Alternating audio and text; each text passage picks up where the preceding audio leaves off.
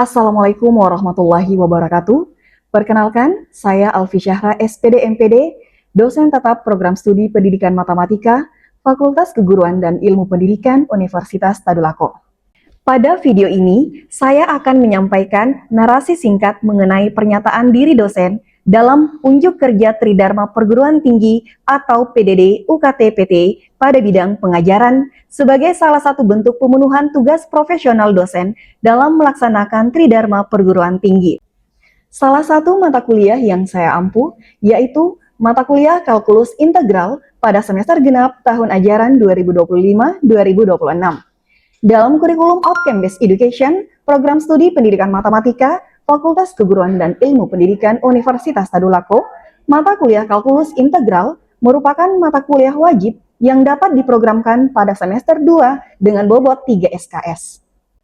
Mata kuliah Kalkulus Integral mengkaji konsep antiturunan, integral tak tentu, jumlah Riemann, integral tentu, teorema dasar kalkulus, serta berbagai teknik integrasi. Teknik integrasi yang dipelajari meliputi substitusi, integrasi parsial, integrasi fungsi trigonometri, substitusi trigonometri, dan pecahan parsial. Mata kuliah ini juga membahas penerapan integral dalam menentukan luas daerah, volume benda putar, panjang kurva, luas permukaan benda putar, nilai rata-rata fungsi, serta penyelesaian masalah kontekstual. Selain penyelesaian analitik, mahasiswa juga diperkenalkan pada integral tak wajar dan metode integrasi numerik. Adapun capaian pembelajaran mata kuliah ini berada pada CPL 5, 6, dan 8. CPL 5 memiliki kemandirian dan tanggung jawab pada bidang kerja bidang pendidikan matematika. CPL 6 mampu menerapkan pemikiran logis, kritis, sistematis, dan inovatif dalam konteks pengembangan atau implementasi ilmu pengetahuan dan teknologi yang sesuai dengan bidang keahliannya. CPL 8 mampu mengaplikasikan konsep dan pola pikir matematika dalam pekerjaannya. Untuk capaian pembelajaran mata kuliah, CPMK 1, mahasiswa mampu menjelaskan konsep dasar integral tak tentu dan integral tentu. CPMK 2, mahasiswa mampu menyelesaikan masalah yang melibatkan integral tak tentu dan integral tentu. CPMK 3, mahasiswa mampu menerapkan integral dalam berbagai konteks geometri dan fisika sederhana. CPMK 4, mahasiswa mampu menggunakan teknik-teknik integral lanjutan dalam pemecahan masalah. Dan CPMK 5, mahasiswa mampu mengkomunikasikan ide dan solusi integral dengan benar dan logis. Materi pembelajaran pada mata kuliah Kalkulus Integral ini yaitu terdapat 13 materi pembelajaran. Yang pertama, antiturunan dan integral tak tentu. 2, rumus dasar dan sifat linearitas integral. 3, notasi sigma, partisi, dan jumlah Riemann. 4, definisi dan sifat integral tentu. 5, teorema dasar kalkulus dan teorema nilai rata-rata. 6, luas daerah di bawah kurva dan di antara dua kurva. 7, volume benda putar. 8, integrasi parsial. 9, integral fungsi trigonometri. 10, substitusi trigonometri. 11, pecahan parsial. 12, integral tak wajar. Dan 13, panjang kurva, luas permukaan, aturan trapesium, titik tengah, dan Simpson. Dalam merancang pembelajaran, saya menerapkan prinsip DIA, Delivery Interaction Assessment. Pada aspek delivery, saya menyampaikan pembelajaran secara sistematis yang diawali dengan menyampaikan tujuan pembelajaran, memberikan pertanyaan-pertanyaan pemantik dalam rangka apersepsi, dan mengaitkan konsep baru dengan pengetahuan yang telah dimiliki mahasiswa. Penyampaian materi didukung oleh media pembelajaran berupa buku kalkulus oleh Farberg, Parcel, dan Rigden, serta media pembelajaran digital menggunakan slide PowerPoint, dan visualisasi menggunakan GeoGebra, sehingga konsep-konsep abstrak dalam kalkulus dapat dipahami secara lebih konkret. Pada materi integral tentu, mahasiswa akan diajak memahami konsep luas daerah di bawah kurva melalui pendekatan masalah kontekstual dan representasi visual yang dinamis. Media pembelajaran digital lain yang juga saya gunakan adalah Google Classroom agar mahasiswa dapat mengakses materi dan mengumpulkan tugas secara daring. Pada aspek interaction, saya memfasilitasi interaksi aktif antara dosen dan mahasiswa maupun antar mahasiswa melalui diskusi, tanya jawab, eksplorasi masalah, dan kegiatan pemecahan masalah berbasis problem-based learning yang diawali dengan penyajian permasalahan kontekstual yang berkaitan dengan materi kalkulus integral. Dan kemudian mendorong mahasiswa untuk mengemukakan ide, memberikan argumentasi matematis, serta membangun pemahaman konsep melalui proses penyelidikan dalam diskusi kelompok. Dilanjutkan dengan presentasi hasil diskusi oleh masing-masing kelompok, tanya jawab, dan diskusi kelas serta refleksi bersama. Pada aspek asesmen, penilaian dilakukan secara komprehensif melalui 4 komponen, yaitu case method, project, partisipasi atau kehadiran, serta ujian tengah semester dan ujian akhir semester dengan menggunakan rubrik penilaian yang jelas, objektif, dan terukur. Penilaian case method didasarkan pada 4 kriteria utama, yaitu kemampuan mengidentifikasi masalah, kemampuan memberikan pendapat secara kritis, kemampuan berkomunikasi secara efektif, dan akurasi jawaban. Penilaian proyek mencakup aspek perencanaan, pelaksanaan, dan hasil akhir proyek. Adapun komposisi bobot penilaian terdiri atas case method sebesar 25%, proyek sebesar 15%, partisipasi atau kehadiran sebesar 10%, serta UTS dan UAS sebesar 50%. Selanjutnya, berikut saya tampilkan cuplikan proses pembelajaran pada pertemuan kelima dengan materi, definisi, dan sifat integral tentu. Selamat menyaksikan. Bismillahirrahmanirrahim. Assalamualaikum warahmatullahi wabarakatuh. Waalaikumsalam warahmatullahi wabarakatuh. Baik, apa kabarnya hari ini? Baik. Alhamdulillah ya, jadi semoga semuanya dalam keadaan sehat. Oke, baik, hari ini merupakan pertemuan kelima ya. Jadi pertemuan kelima dan yang akan kita pelajari mengenai definisi dan sifat integral tentu. Namun sebelumnya saya mau absen dulu ya teman-teman ya. Stefani, tidak ya, oke. Fiona, baik kita lanjutkan. Ya, jadi kita akan mempelajari mengenai definisi dan sifat integral tentu. Harapannya setelah mempelajari ini teman-teman, kalian bisa memahami integral tentu sebagai limit jumlah Riemann ya. Dan yang kedua bisa memahami sifat-sifat integral tentu itu sendiri. Nah, tapi sebelum kita masuk membahas mengenai integral tentu ya. Jadi bagaimana integral tentu itu? Nah, kalian harus ingat terus ya. Jadi kalian harus memahami materi yang sudah kita bahas sebelumnya, yaitu mengenai integral tak tentu ya, dan yang pertemuan sebelumnya mengenai pendahuluan luas ya, ada poligon dalam, poligon luar, kemudian notasi sigma. Nah, jadi kalian harus ingat tentang rumus jumlah khusus. Nah, yang diketahui di buku ada berapa? 4 ya. Oke, baik, selanjutnya silakan lihat di depan. Di sini diketahui sebuah fungsi fx sama dengan 2x. Nah, jadi misalkan fx itu adalah 2x. Nah, fungsi apakah yang turunannya sama dengan 2x? X kuadrat tambah 1. Oke. Fiona, fungsi apa lagi? X kuadrat tambah 2. Liana? X kuadrat tambah 1000, betul. Nah, ada yang jawab X kuadrat tambah 1, X kuadrat tambah 1000, X kuadrat tambah 10, itu semuanya benar teman-teman. Nah, dari mana didapatkan itu Nadia? X kuadrat tambah 2 misalkan, dari mana atau bagaimana caranya? Diintegralkan. Diintegralkan. Apa yang diintegralkan? 2x-nya. Yes. Yang diintegralkan adalah fungsi 2x-nya. Ya, jadi kalian sudah ketahui bahwa kalau ketahui fx sama dengan 2x dan dikatakan 2x ini adalah turunannya ya. Nah, berarti kita misalkan berarti ada sebuah fungsi yang ketika diturunkan hasilnya adalah 2x.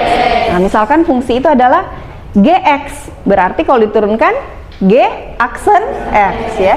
Nah, misalkan fx itu adalah g aksen x. Nah, berarti kalau ditanya fungsi apakah yang turunannya dengan 2x? Nah, sama saja fungsi apakah gx itu? Nah, untuk mendapatkan gs kalian sudah ketahui dengan cara diintegralkan ya. Jadi kita integralkan g aksen x ini.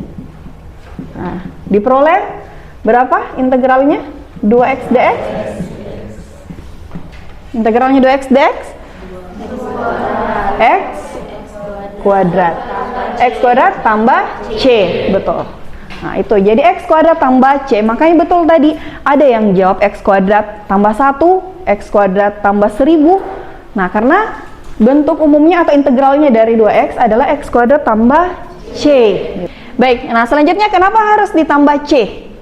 Karena bukan cuma satu fungsi yang turunannya itu 2x. Yes, karena bukan hanya satu fungsi yang ketika diturunkan atau turunannya adalah 2x, ya. Jadi kalau kita tidak tambah C, itu seakan-akan kita menganggap yang punya turunan 2x hanya x kuadrat, gitu. Jadi wajib ditambah C. Nah, seperti itu ya teman-teman ya. Jadi integral tak tentu digunakan untuk mencari fungsi anti turunan. Tapi di banyak masalah nyata, kita juga memerlukan untuk mengetahui berapa luas suatu daerah yang dibatasi oleh titik awal tertentu sampai dengan titik akhir tertentu. Dan itu tidak bisa kita cari menggunakan integral tak tentu. Ya, sebaliknya akan bisa diketahui menggunakan integral tentu. Ya, jadi itu seperti ini. Ya, jadi ada sebuah kurva seperti ini dengan fungsinya y sama dengan x kuadrat kurang 4x tambah 3. Titik awalnya diketahui 1 dan titik akhirnya 3. Diminta tentukan luas daerah yang diwarnai biru itu. Nah, ini bisa kita ketahui menggunakan integral tentu, teman-teman. Ya, oke. Jadi integral tentu itu memiliki penerapan yang sangat luas, antara lain ini. Artinya bukan hanya ini, ya. Ada sangat banyak, di antara lainnya adalah ini, yaitu menentukan luas daerah di bawah atau di antara kurva. Nah, kalau di bawah kurva, yang seperti tadi contoh sebelumnya. Nah, jadi nanti integral tentu yang akan kita pelajari, salah satu kegunaannya seperti itu. Atau bisa menentukan volume benda putar nantinya, teman-teman. Kemudian menghitung massa, pusat massa, panjang kurva, luas permukaan, dan juga memodelkan akumulasi besaran dalam sains, teknik, ekonomi, dan kehidupan sehari-hari. Itu pentingnya untuk mempelajari integral tentu. Ya, seperti itu. Ya, dan selanjutnya, nah di sini ada notice. Ingat ya, jadi notasi jumlah dan notasi sigma. Ya, jadi kenapa harus kalian ingat? Ya, menjadi salah satu prasyarat dari integral tentu. Ya, jadi berkaitan dengan notasi sigma, misalkan suatu daerah dibagi menjadi n bagian. Ya, jadi untuk menentukan luas daerah tersebut kita apakan? Ya, kita jumlahkan luas dari setiap bagian. Nah, jadi misalkan L1, ya, jadi L1 luasnya segini, L2 segini, maka luas keseluruhan adalah L1 tambah L2 tambah L3 sampai Ln. Nah, kalau dibagi 4 bagian berarti sampai L4, gitu. Itu sudah kalian ketahui, ya. Nah, tapi kalau sukunya sangat banyak atau kita bagi daerah itu menjadi n bagian yang sangat banyak, kan tidak memungkinkan lagi kalau dilakukan secara manual. Ya, jadi tidak mungkin kita tambah, mungkin saja tapi tidak efektif ya teman-teman. Jadi L1 tambah L2 sampai L1000 itu kurang memungkinkan. Maka kita kita gunakan notasi sigma ya. Jadi sigma dari AI dengan I sama dengan 1 sampai N, seperti itu ya. Itu untuk notasi sigma. Baik, selanjutnya untuk memahami mengenai integral tentu, ya, saya akan memberikan sebuah masalah kontekstual, teman-teman. Jadi di sini masalahnya, sebuah taman akan dibangun pada lahan yang salah satu sisinya itu mengikuti kurva Y sama dengan X kuadrat. Daerah taman dibatasi oleh kurva, nah, jadi taman yang mau dibentuk itu dibatasi oleh kurva Y sama dengan X kuadrat, fungsi itu sendiri, kemudian sumbu X, dan garis X sama dengan 0 dan garis X sama dengan 2. Sudah bisa dibayangkan ya? Jadi misalkan kalian gambarkan kurvanya di koordinat kartesius, kalian gambar kurvanya di koordinat kartesius, kemudian ini sumbu X, ada garis X sama dengan 0, kemudian garis X sama dengan 2. Nah, seperti itulah bentuk taman yang mau dibangun, teman-teman. Nah, pengelola taman ingin mengetahui luas lahan untuk memperkirakan jumlah rumput yang harus disediakan. Nah, sekarang bantu si pengelola tamannya, seperti itu. Nah, untuk menyelesaikan ini teman-teman, saya mau kalian duduk sesuai dengan kelompok yang sudah dibentuk. Ya, jadi kelompok yang sudah kita bentuk di awal pertemuan, silakan kalian ini dulu berkumpul dulu sesuai dengan anggota kelompoknya, kelompok 1, 2, 3, 4, dan 5. Baik teman-teman, semuanya sudah duduk sesuai kelompoknya. Nah, selanjutnya silakan kalian buka link yang sudah saya share di Google Classroom ya. Jadi link GeoGebra ya. Jadi ini yang ada di depan juga. Dan silakan kalian saya berikan waktu untuk memahami keterkaitan dari luas aktual, kemudian luas kalau menggunakan poligon dalam, luas ketika menggunakan poligon luar, kemudian errornya, dan delta X-nya kira-kira seperti apa ya. Oke, silahkan kalian bersama kelompoknya masing-masing untuk dipahami dulu. Oke, bagaimana Nadia? Sudah bisa ya? Iya. Oke, dilihat perubahannya? Iya. Kelihatan tidak perubahannya? Kelihatan. Oke. Selanjutnya silahkan dari hasil pemahamannya bersama kelompoknya masing-masing. Nah, silahkan saya minta kesediaannya kelompok 2 untuk maju ke depan untuk memaparkan apa yang sudah didiskusikan bersama dengan teman kelompoknya. Boleh Nadia, silakan. Jadi apa yang terjadi ketika slidernya itu digeser, ketika slider ini menandakan poligon yang ada di dalam kurva ya.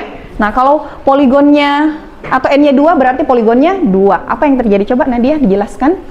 Silakan kamu ini. Di sini kita lihat kalau misalnya poligonnya sama dengan 2, maka estimasi poligon dalam itu adalah 9,3 dengan luas aktual itu 15. Nah, kalau kita buat poligonnya semakin banyak, itu n sama dengan misalnya sampai n sama dengan 52, maka estimasi poligon dalam itu akan semakin mendekati luas aktualnya, itu 14,7, semakin mendekati luas aktualnya itu 15, dan errornya itu juga akan semakin kecil. Oke, errornya semakin kecil. Oke, lanjut. Begitupun dengan poligon luar, maka dia akan semakin mendekati luas aktual yang benar, dan errornya juga kan semakin kecil.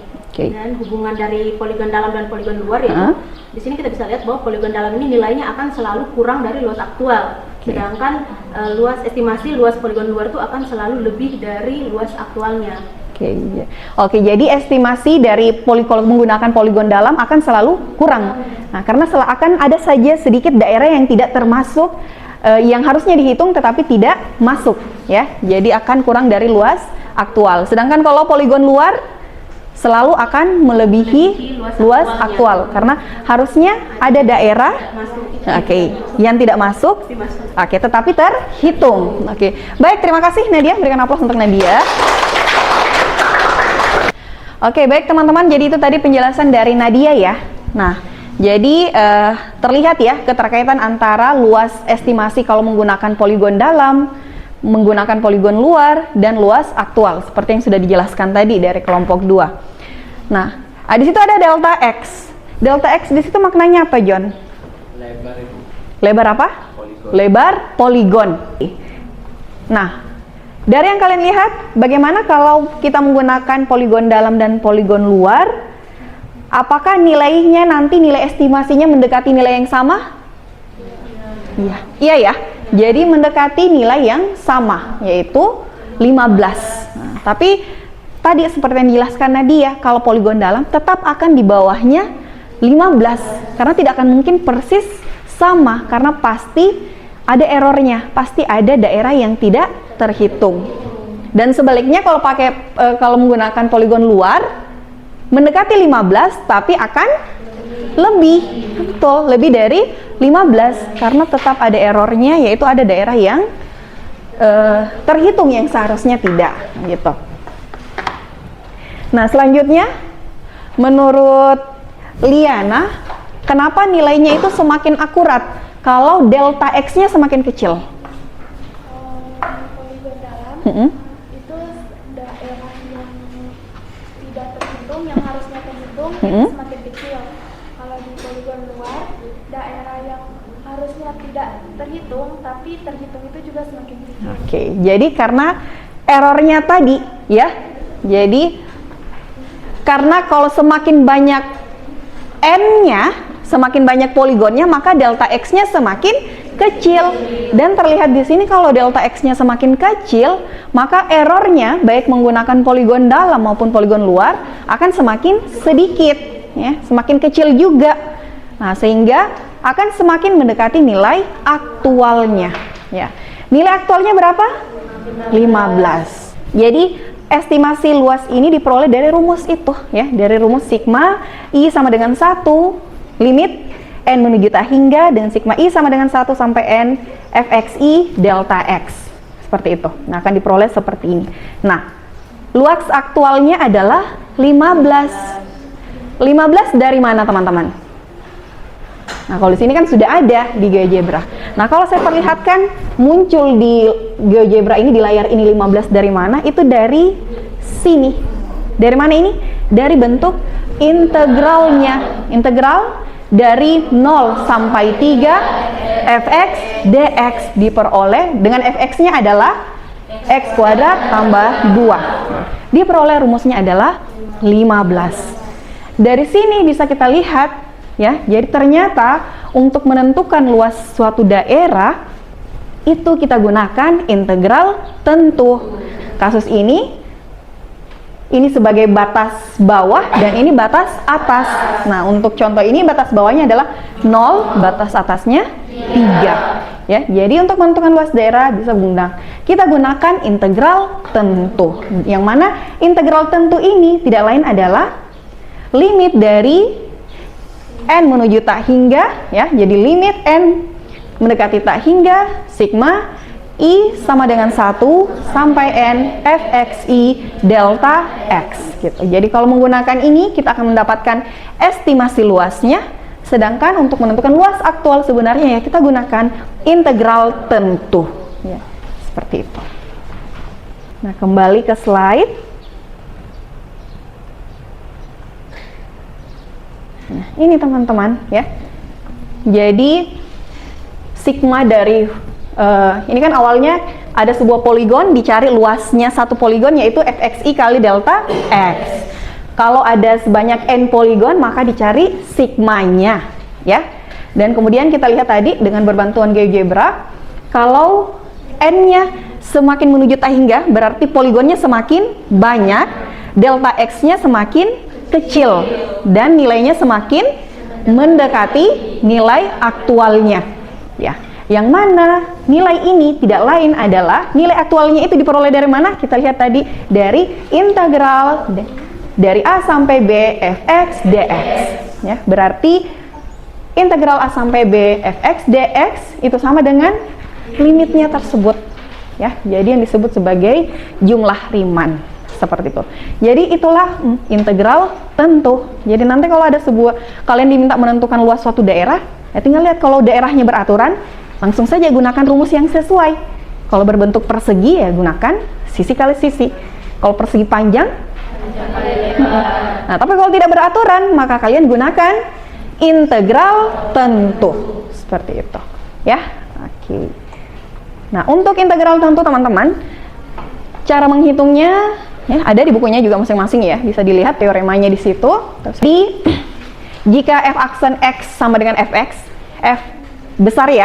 Nah, jadi jika turunannya f besar ini sama dengan f kecil, maka integral dari a sampai b fx dx sama dengan fb kurang fa. Artinya apa ini?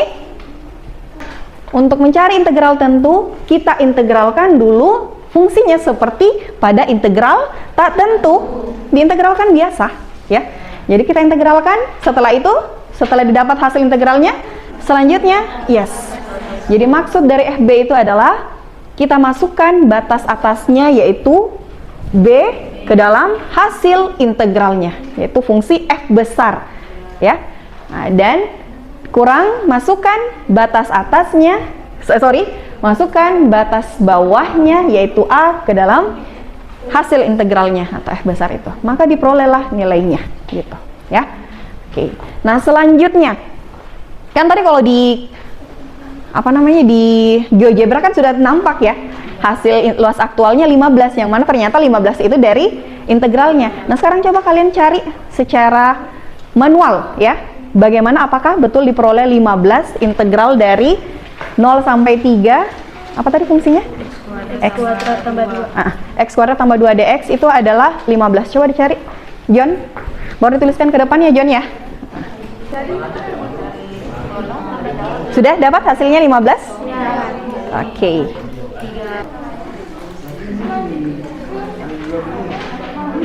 Sudah? Sudah? Oke, kalau sudah silakan baik, saya minta tolong kesediaannya dari perwakilan kelompok 1 John untuk menulis di depan hasilnya. Dihapus dulu John ini. Nah, kalau begitu miliknya siapa saja itu kalau begitu? Suku yang mana? Cuma miliknya 2. Berarti harus diapakan John? Betul. Dalam kurung fungsinya. Dalam 2 itu dalam kurung. Ya. Yes, oke John. Nah, silakan dilanjutkan. Bagaimana itu? Jelaskan. Ya, kita lihat dari sini integral 0 sampai 3 x kuadrat tambah 2 dx sama dengan integral 0 sampai 3 x kuadrat dx tambah tambah integral 0 sampai 3 2 dx. Oke. Dalam kurung ini 1/3 x pangkat 3 tambah 2x. Sepertiga x pangkat 3 tambah 2x itu dari mana? Dari integralnya. Jadi integralnya ini yang lain ya, bisa dilihat ya. X kuadrat adalah sepertiga x pangkat 3 dan integralnya 2 dx adalah 2 dx. Oke, 2x. Oke, lanjut. Lalu kita lanjut ke sini 1/3. Nah, ini diapakan? Ini diapakan ini? Apa yang dilakukan di sini? Dimasukkan Apa yang dimasukkan? Batas 3 itu sebagai batas atas dan 0 sebagai batas 2 ke dalam integralnya, hasil integralnya, dan diperoleh seperti ini. Oke, terima kasih John. Berikan aplaus untuk John. Baik, seperti itu ya teman-teman mengenai integral tentu ya. Jadi integral tentu itu adalah limit dari jumlah Riemann ya. Nah, selanjutnya teman-teman kita mengenai sifat-sifat integral tentu ya. Silakan kalian akses untuk materinya di Google Classroom teman-teman ya. Dan silakan kerjakan tugas sesuai yang ada di Google Classroom juga ya. Jadi untuk hari ini kita cukup untuk definisi integral tentu ya. Jadi dari yang telah kita pelajari teman-teman ya. Nah, dari pengantar saya tadi bahwa integral tak tentu itu bisa kita gunakan untuk menentukan keluarga fungsi anti turunan. Kemudian notasi sigma tadi itu ya menyederhanakan penjumlahan yang banyak sukunya yang tidak efektif untuk kita gunakan kalau dijumlahkan satu-satu. Dan kemudian luas daerah di bawah kurva itu kita dapat tafsir hasilnya, kita dapat dekati hasilnya melalui poligon dalam dan poligon luar seperti yang sudah kita lakukan tadi. Nah, dan akhirnya kita dapat kesimpulan bahwa ternyata integral tentu itu merupakan limit dari jumlah Riemann yang dapat ditulis sebagai integral dengan batas bawah A dan batas atas B. Jadi integral A sampai B fx dx sama dengan sigma ya. Baik teman-teman ya, jadi untuk hari ini kita cukupkan sampai di sini ya untuk materi kita. Dipelajari kembali ya Dewa ya. Jadi tolong dipelajari, diingat-ingat kembali. Nah, berikutnya nanti kita akan lanjut di melanjutkan teorema dasar kalkulus ini dan teorema nilai rata-rata. Boleh dipelajari memang di bukunya, semuanya punya buku ya. Dan untuk hari ini kita cukupkan sampai di sini. Terima kasih untuk perhatiannya teman-teman. Billahi taufiq wal hidayah. Wassalamualaikum warahmatullahi wabarakatuh. Waalaikumsalam warahmatullahi wabarakatuh. Demikian narasi singkat penyusunan dokumen pernyataan diri dosen dalam unjuk kerja Tridharma Perguruan Tinggi PDD UKT PT pada bidang pengajaran yang telah saya sampaikan. Besar harapan saya agar dokumen dan video ini dapat menjadi bahan pertimbangan bagi tim asesor dalam proses penilaian sertifikasi dosen gelombang 1 tahun 2026. Atas perhatian dan kesempatan yang diberikan, saya ucapkan terima kasih. Wassalamualaikum warahmatullahi wabarakatuh.